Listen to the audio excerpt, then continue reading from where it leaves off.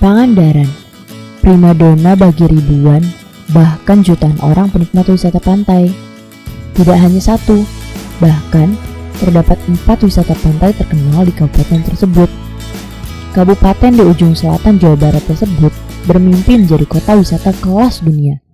Namun, kini cita-cita tersebut harus ditunda akibat merebaknya pandemi COVID-19. Situasinya masih sekarang mah orang datang aja dulu lah biar ekonomi bangkit gitu. Bahkan dulu sebelum pandemi kita udah berbicara bagaimana pariwisata ke depan udah lebih jauh lah. Berarti udah bicara wisata berkelas dunia, kita akan promo dengan dunia dan sebagainya. Ya loh. Dunianya orang yang dari luar apa.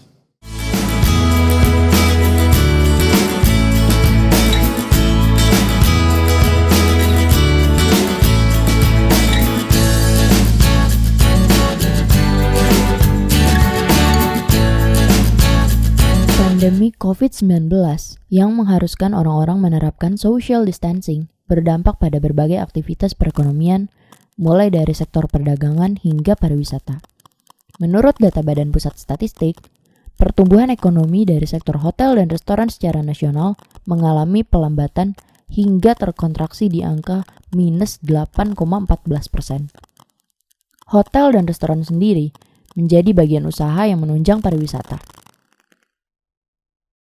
Pangandaran sebagai daerah yang bergantung pada sektor pariwisata tentu harus menghadapi ancaman tersebut. Terlebih lagi, ekonomi Pangandaran ditopang oleh kegiatan masyarakat sekitar yang bergantung pada sektor pariwisata. Para pedagang yang bergantung pada jumlah pengunjung salah satunya. Menjadi pengangguran atau keharusan beralih profesi dapat menimpa mereka kapan saja. Di antara beberapa masyarakat yang memilih jalan sebagai pedagang, kami mewawancarai 2 pelaku usaha bernama Asep dan Yoga. Keduanya sangat bergantung pada kehadiran wisatawan.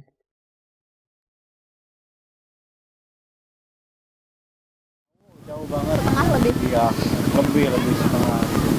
Sempat nggak bisa jualan nggak sih Kang? Sempat ya, kemarin sempat nggak bisa jualan. Kalau nggak bisa jualan anaknya ngapain? Ya pengangguran. Pengangguran kalau nggak bisa jualan. Kemarin kan bulan puasa itu kan libur. Iya. 1 bulan penuh libur. Pas kemarin kesini jualan, nggak boleh jualan. Saya sebenarnya bukan jualan di sini, saya sebagai surf instructor dulunya sebelum pandemic. Ya karena kan target bidik saya kan overseas people gitu ya, orang-orang luar. Cuman karena nggak ada penerbangan, jadi saya harus rombak. Masif dampaknya selalu itu besar sekali karena ya nggak ada penerbangan, nggak ada turis, makanya kita ya alih profesi gitu jadi jualan minuman gitu buat lokal gitu ya. Tak hanya Asep dan Yoga, penyedia jasa rekreasi air serta penyedia jasa sewa kendaraan ikut terkena dampak penurunan jumlah wisatawan. Kalau misalkan buat sebelum COVID gitu, ya pengunjung banyak yang naik barang rambut. Tapi sudah COVID susah. 50% lebih. 50% lebih. Itu turun drastis. Yang biasanya sampai 15, 20 kalau normal, sekarang pengen 10 juga susah. Itu 10 tuh per hari? Per hari. 10. Biasanya kan sampai 15, 20 per hari. Sekarang pengen 10 juga susah, paling 5, 6. Itu 5, 6 itu tapi pasti ada setiap harinya? Belum tentu teh. Oh, belum tentu juga. Ya dapat kemarin Sabtu Minggu dapat. Kalau misalkan sekarang ini, hari sekarang ya belum dapat 5, kali sekitar 2, 3. Ya itu kan kotor, belum pengeluaran seperti bensin, makan, rokok, belum.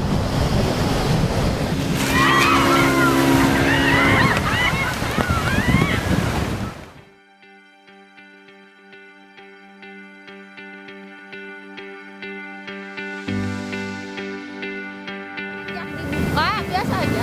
Biasa aja. Nggak terlalu berkurang banget kayak gitu. Pas awal-awal COVID kali ya. Pas awal COVID berarti tutupnya? 3 bulan sampai 4 bulan deh. 3 bulan sampai 4 bulan Itu berarti? total, Oh, ditutup total. total. Pas habis itu dibuka udah biasa aja lagi? Udah banyak? ya, udah banyak pengunjung. Tapi udah balik lagi ke ini belum ke yang normalnya? Belum sih, belum ya, ke yang normal. Tapi udah ada perbaikan? Tapi ya kan pengunjungnya kan banyak kayak gitu. Udah mulai banyak meskipun dibatasi kan ada.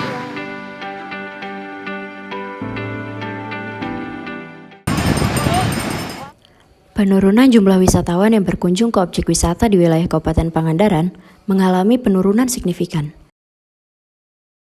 Menurut data Dinas Pariwisata dan Kebudayaan Pangandaran, penurunan jumlah pengunjung terjadi di beberapa titik objek wisata, seperti Pantai Pangandaran, Pantai Batu Hiu, Pantai Batu Karas, Green Canyon, dan Pantai Karapyak. Jika dilihat secara keseluruhan, jumlah kunjungan wisatawan pada tahun 2020 menurun sekitar 900.000 pengunjung dibanding tahun sebelumnya. Terlebih kunjungan wisatawan mancanegara. Pada tahun 2020, hanya berjumlah 7,9% dari tahun sebelumnya.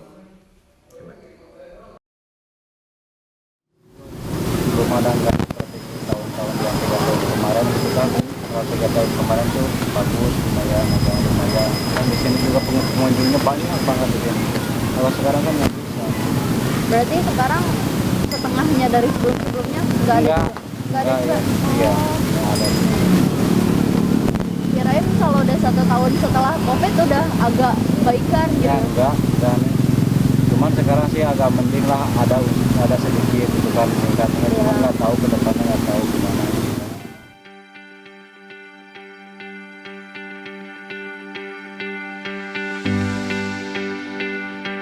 Nggak ada penerbangan, jadi saya harus coba Tadinya untuk ada penerbangan internasional. ya ke Jakarta atau ke Nusa Wiru di sana, karena kita juga udah ada bandara di Nusa Wiru di situ.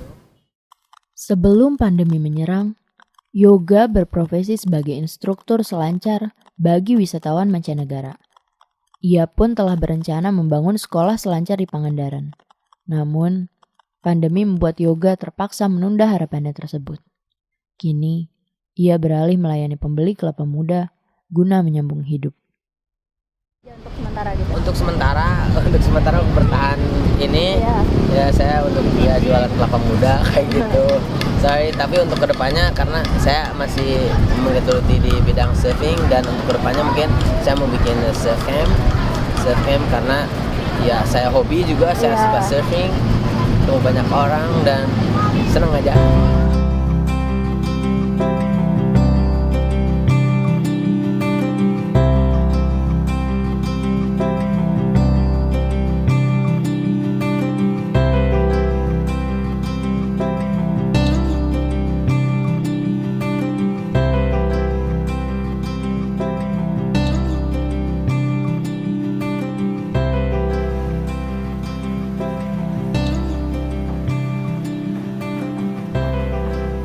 Keterpurukan akibat pandemi bukan hanya menyerang pedagang kecil. Pengusaha besar layaknya hotel dan restoran turut terkena imbas penurunan jumlah pengunjung.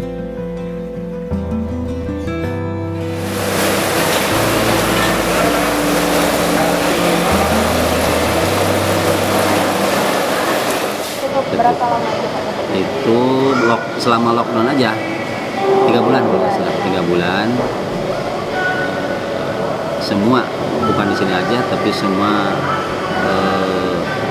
rumah makan juga tutup karena memang tamu nggak ada, kemudian dilarang juga buka. Selama lockdown Pangandaran tutup semua. Kalau sekarang dibatasin nggak sih Pak jumlah pengunjungnya? Dibatasi itu bukanya menurut edaran Bupati itu kan buka jam 9, tutup juga harus jam 9, ada toleransi sampai jam 10. Pengunjung dibatasi sampai 70% dari kapasitas tempat duduk gitu. Malah jarak juga udah kami sempurnakan. Ini kan tadinya 6 ini. Jarak meja juga tadinya udah depan udah didirikan, udah dinormalkan sesuai dengan anjuran dari prokes itu. Sesuai dengan anjuran dari pemerintah, masker, hand sanitizer, cuci tangan, air mengalir pakai sabun ada juga, terus cek suhu juga, ini jaga jarak. Alhamdulillah, karena meskipun di atas sama dengan begini, karena ada di lantai 2. Ya Pak.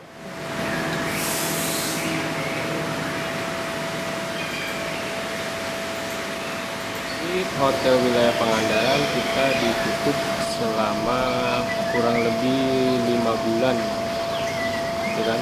Di awal bulan pertengahan bulan Maret sih, pertengahan bulan Maret kita mulai di lockdown, pembukaan lagi kita awal Juli.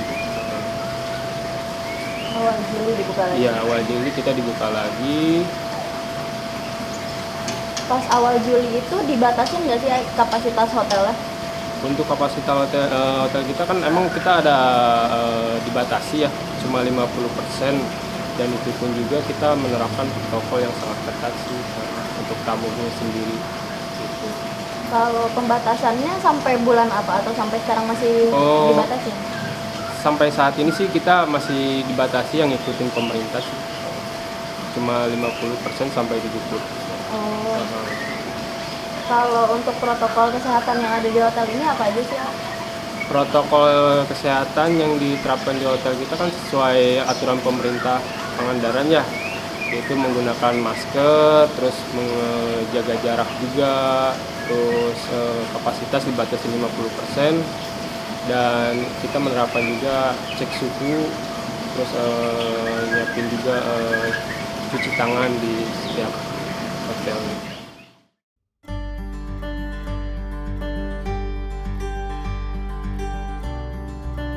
Dalam perjalanannya, keluhan yang dirasakan oleh pihak hotel dan restoran tidak sejalan dengan data yang dikeluarkan Perhimpunan Hotel dan Restoran Indonesia Cabang Pangandaran. Penurunan signifikan yang terjadi hanya terasa pada akhir pekan.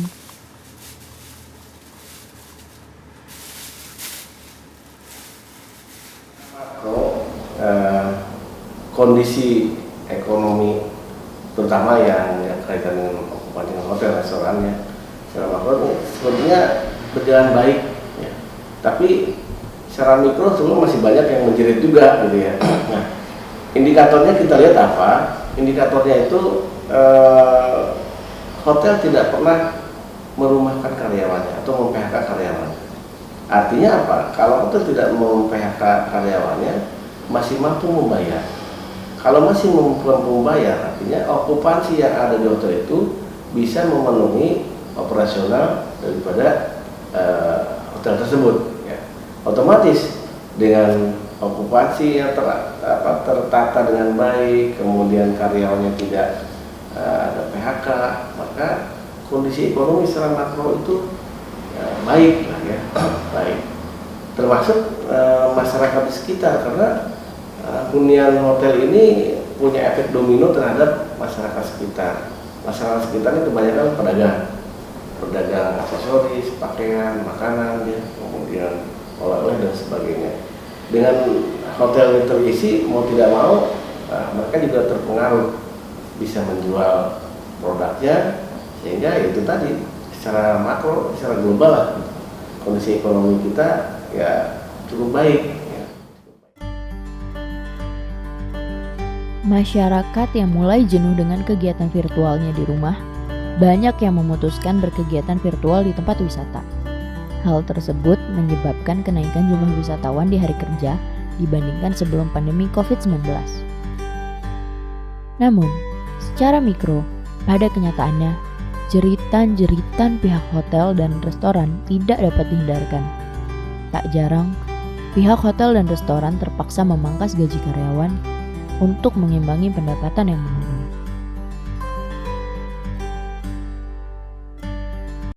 Kalau untuk gaji sendiri pasti ya, karena kan kita ngikutin penghasilan hotel juga yang tadinya 100% terus turun drastis jadi beberapa persen, ya otomatis ngaruh sih sama gaji karyawan.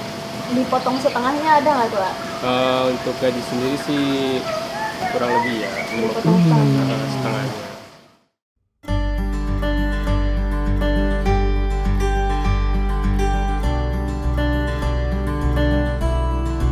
Perbedaan sebelum COVID dan sedang COVID gitu, ada perbedaan. Apalagi waktu di lockdown atau juga sekarang juga kan oleh pemerintah tutup buka gitu. Seperti Lebaran kemarin kan dibuka ditutup gitu. Jadi memang menurun ke sini juga ada dampaknya gitu. Dampaknya kira-kira 50% sampai nggak, Pak? Oh enggak. Nggak sampai. Di sini gaji karyawan itu tergantung penghasilan. Jadi enggak bulan ini misalkan dapat 10, belum tentu bulan depan dapat 10. Ada juga ada kurang, ada lebih. Gitu. Ada dapat 11, dapat 12. Gitu. Di sini itu gaji itu. Berarti tergantung pendapatan. Saya bilang juga dari bulan ini dapat 10, bulan depan bisa dapat 12 gitu. Atau juga bisa kurang kalau pengunjungnya kurang. Ya, berarti dengan adanya COVID jadi berdampak juga ke gaji. Iya.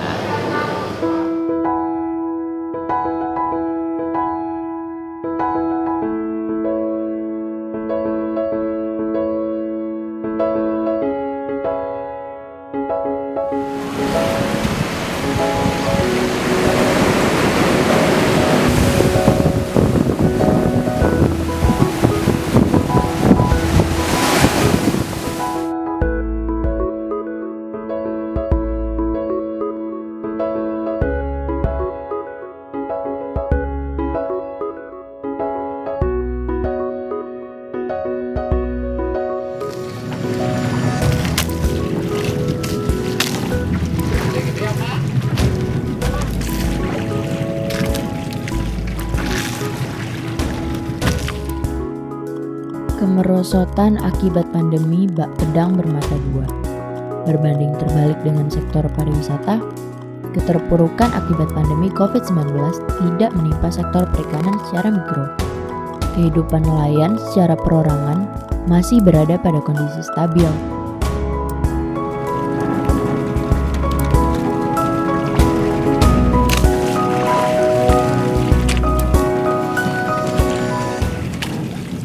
Dilihat dari awal COVID sampai sekarang itu enggak ada, sekalipun ada tapi enggak seberapa persen lah gitu kan. Untuk di nelayan sendiri kalau saya lihat enggak ada, tapi di awal adanya COVID dari hasil tangkapan nelayan karena awal itu kan ketat gitu kan dari lockdown per daerah gitu kan. Tapi seiring waktu karena hasil tangkapan ikan dari Pangandaran masuk ke Jakarta, ke Bandung, itu kan termasuknya bahan pangan ya. Jadi untuk di pandemi COVID sekarang yang di awal juga nggak begitu berpengaruh, kan? Tetap hasil tangkapan nelayan jalan terus, pengiriman ke luar daerah juga tetap berjalan. Jadi kalau saya lihat dampaknya sekalipun ada tapi tidak begitu besar buat nelayan khususnya, termasuk juga ke imbasnya ke pelelangan karena di waktu COVID pandemi nelayan nggak ada istilah libur gitu kan, terkecuali hari Jumat.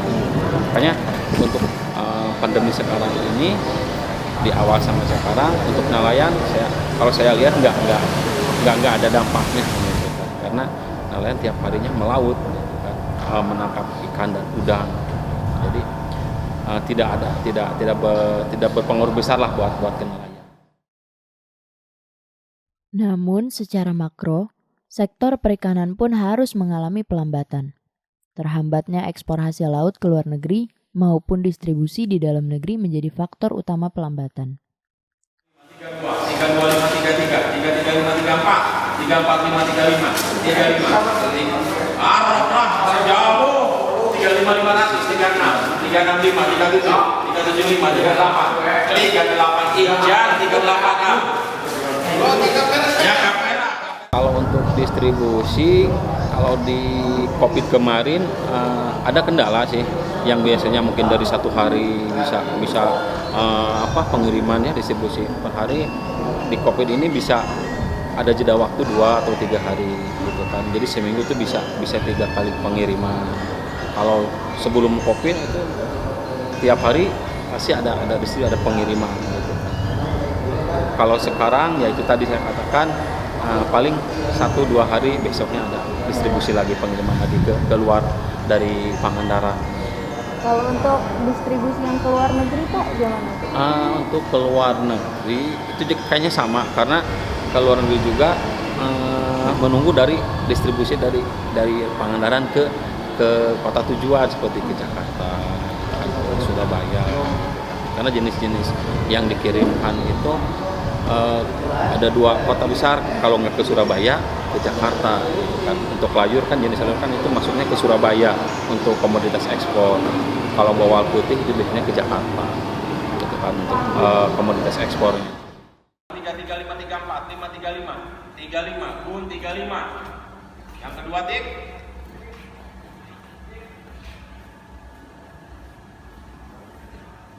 17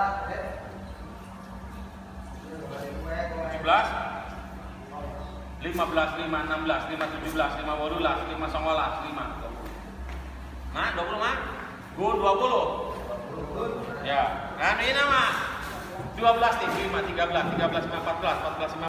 14 5 Pemerintah pun tidak tinggal diam. Mereka terus mengupayakan agar ekonomi masyarakat tidak sepenuhnya bergantung pada sektor pariwisata.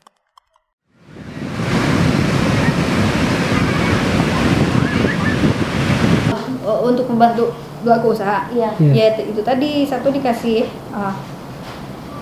sebetulnya bantuan untuk bukan untuk meningkatkan volume ya, jadi bantuan untuk mereka tidak mendapat penghasilan, jadi dapat bantuan dari pemerintah daerah ada, dari provinsi ada, dari pusat juga ada beberapa bantuan, terus mencoba untuk membuat meningkatkan kapasitasnya, jadi mereka itu tadi untuk diberi keahlian yang lain supaya kalau misalnya ini ada hal lain yang bisa dijadikan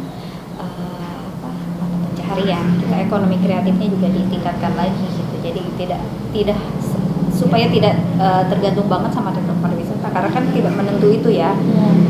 Kalau dulu mah yang penting mah Pangandaran gimana juga banyak dikunjungi pasti seperti itu, tapi kan karena pandemi seperti ini, jadi mau nggak mau kita harus berkreasi gimana caranya supaya perekonomian tetap berjalan, masyarakat juga ada penghasilan seperti itu. Kalau pelatihan ekonomi kreatif ke pelaku usaha itu udah berjalan ya? Berjalan. Walaupun jumlahnya tidak terlalu banyak, tapi kita continue. Kita ada dari provinsi juga ada bantuan misalnya pelatihan ya, dari provinsi, dari pusat juga ada. Jadi mereka dilatih kayak bikin desain batik lah, kerajinan lah, atau apalah gitu. Jadi makanan kuliner yang seperti itu. Jadi,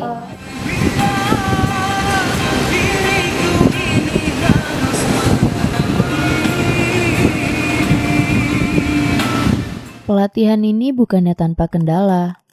Anggaran yang dialokasikan harus dibagi 2 antara pelatihan dengan bantuan. Meski pada kenyataannya, bantuan yang disalurkan belum terbagi secara merata. Asep contohnya, ia merasa bantuan yang didapat belum mampu memenuhi kebutuhannya sehari-hari. Sekarang dikasih uang, misalnya 1 bulan sekian, 1 bulan sekian, tapi itu kan mana cukup buat masyarakat. Kita kan di sini kan paling susah lah. Kalau misalnya seandainya gini, kalau pengangguran, dari kemarin pengangguran dikasih uang misalnya dari pemerintah, sudah otomatis lah dia kan, wah ngapain kita usaha, kita kan dikasih sama pemerintah. Nah jadi itulah sebenarnya kemiskinan itu dikasih dari itu. Jadi kita kan ya kalau orang yang malas ngapain kita kerja, nggak dapat dari pemerintah, jadi nggak berusaha. Ya sebisa mungkin lah normalisasi aja lah. Jangan kayak apalagi misalnya sekarang ngasih itu enggak merata gitu kan. Tapi kalau merata benar-benar itu kan di audit dari bawah sampai atas, nah itu baru bagus. Nah, di sini kan banyak yang enggak kebagian, banyak yang kebagian juga double juga banyak. Oh, kebagian double juga banyak? Banyak, iya. Itu rutin nggak sih Bang tiap bulan? Itu kan enggak rutin. Oh, enggak rutin. Kadang-kadang gitu kan. Kadang-kadang 3 bulan sekali. Itu yang namanya UMKM itu kan 3 bulan sekali. Iya.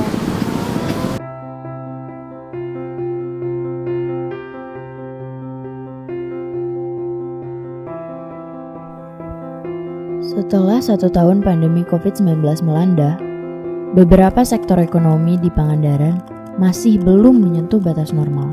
Meski begitu, secerca harapan mulai tumbuh di mata masyarakat karena jumlah pengunjung yang terus beranjak meningkat.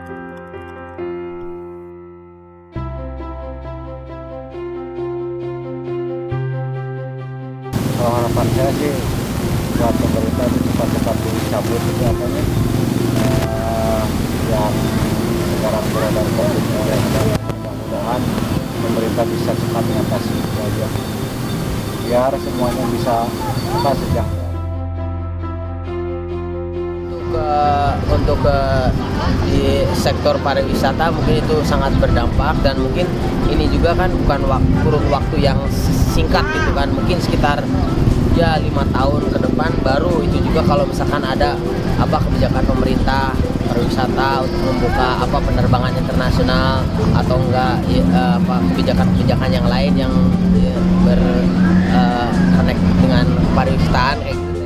Semoga segera berakhir COVID, biar bebas kemana aja kayak gitu, biar pengunjung juga nggak dibatasi, biar kita juga nggak selalu pakai masker kan, karena maaf pagi-pagi harus pakai masker, padahal kan bagus udara kan. Pengen normal kayak dulu aja, kayak yang sebelum COVID-19.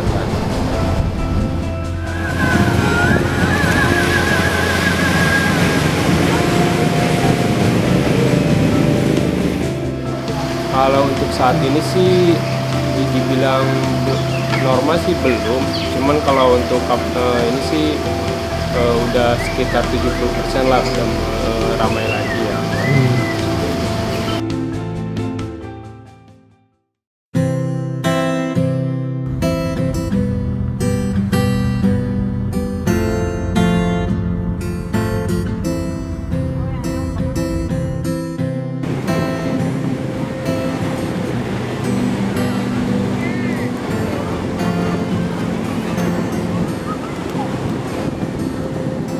Anugerah yang alam berikan mulai kembali berpihak pada Pangandaran.